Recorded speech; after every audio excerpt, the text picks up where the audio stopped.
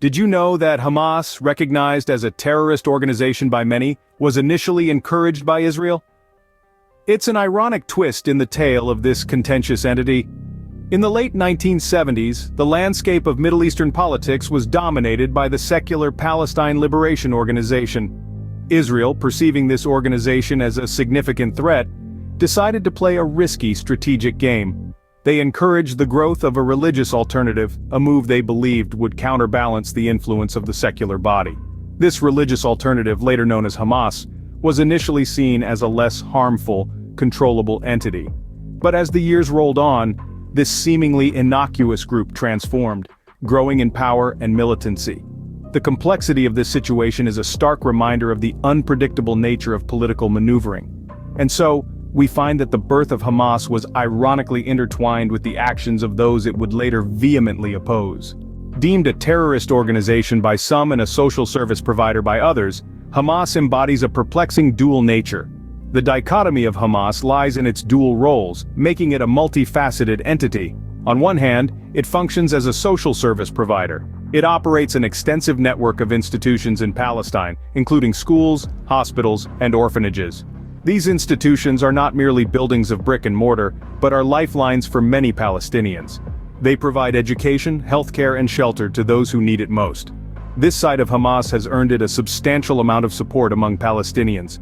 Many see it as a benevolent force, filling in the gaps left by an inadequate infrastructure. Yet, there is another side to Hamas, a side that is often in the global spotlight. This is the side of Hamas that is involved in acts of violence and terrorism. The group is known for its suicide bombings and rocket attacks, striking fear into the hearts of many.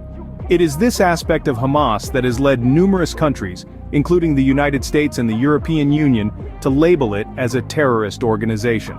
These two roles of Hamas, the social service provider and the perpetrator of violent acts, exist side by side, creating a complex and contradictory image. This duality is not a simple case of good versus evil, or right versus wrong. It is a reflection of the complexities of the Middle Eastern conflict, where lines are blurred and narratives are intertwined. The duality of Hamas also poses a challenge for those trying to understand and deal with it. How does one reconcile the group's social services with its acts of violence? How does one negotiate with an entity that, on one hand, provides essential services, and on the other, perpetrates acts of terror? These are questions with no easy answers. This duality makes understanding and dealing with Hamas an immensely complex task. Despite its terrorist label, Hamas is not just a militant group, but a major political player in the Palestinian region. This might seem surprising, but in the 2006 Palestinian legislative elections, Hamas emerged as an unexpected victor, sweeping the polls with a landslide win. So how did this happen? Well, the answer lies partially in the corruption within the rival Fatah party. This created a vacuum of trust among the Palestinian people, a vacuum which Hamas was more than willing to fill. But that's not the whole story.